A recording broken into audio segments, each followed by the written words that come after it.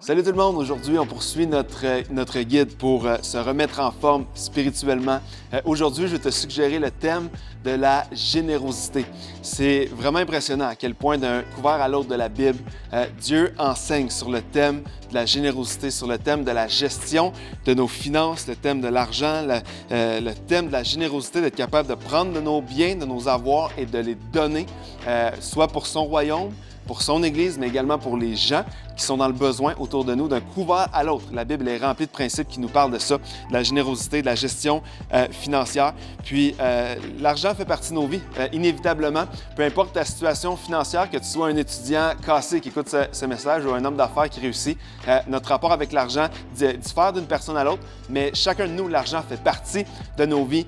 On travaille pour gagner des sous, on dépense de l'argent. Certains vont investir leur argent, d'autres vont épargner de l'argent. Et c'est extrêmement important de parler d'argent parce que c'est impossible de dissocier le narratif biblique du thème de l'argent. L'argent se trouve partout autour de la Bible. La Bible en parle beaucoup. Si on veut se remettre en forme spirituellement, on n'a pas le choix de parler de générosité et de gestion financière parce que c'est au cœur non seulement du message de la Bible, mais du message de Jésus. Juste pour te donner un ordre d'idée, sur 38 paraboles de Jésus dans les évangiles, tu vas retrouver 16 de ces 38-là qui traitent du sujet directement de la générosité et de la gestion financière. 16 sur 38 des paraboles que Jésus a enseignées, c'est sur l'argent.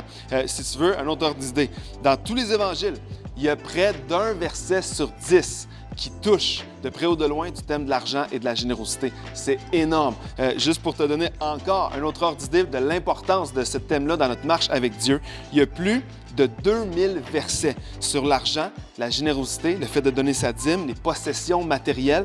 Tout ce qui touche de près ou de loin à la générosité, c'est plus de 2000 versets directement dans la Bible. Et juste pour te donner une dernière ordre d'idée, si tu prends tous les versets qu'il y a sur la prière et sur la foi, combinés ensemble, tu n'arriveras même pas à 2000 versets. Alors, l'argent est vraiment importante parce que c'est près de notre cœur. Jésus lui-même va dire « Car là où est ton trésor », dans Matthieu 6, 21, « Car là où est ton trésor, là aussi sera ton cœur. » Là où tu vas mettre ton trésor, qui veut dire tes possessions, ton argent, tes sous, là aussi va être ton cœur. Alors la générosité, c'est au cœur de notre marche avec Dieu, c'est au cœur de notre marche comme disciple de Jésus. Et à plein d'endroits, ce que Jésus vient de faire là dans Matthieu 6, il va servir de l'argent comme étant le baromètre de notre foi et de notre cœur. Si on veut se remettre en forme spirituellement, on n'a pas le choix de regarder où se situe notre générosité. Lorsqu'on regarde tous mes avoirs, tous mes biens, qu'est-ce que je fais avec les sous que Dieu me donne? Qu'est-ce que je fais avec les possessions matérielles que Dieu me donne?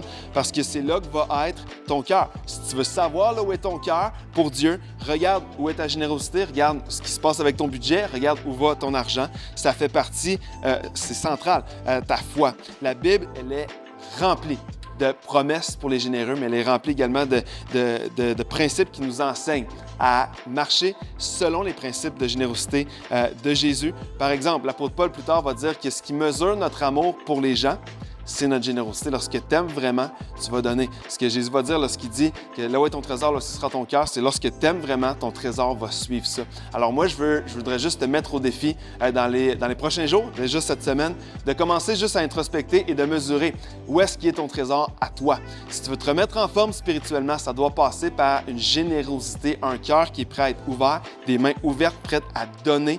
Puis ça devrait être la marque des disciples de Jésus qui sont prêts à donner, à être généreux, à bâtir le royaume de Dieu. Alors cette semaine, je t'invite juste à considérer de grandir dans ta générosité et d'explorer cette discipline-là qui est d'être généreux.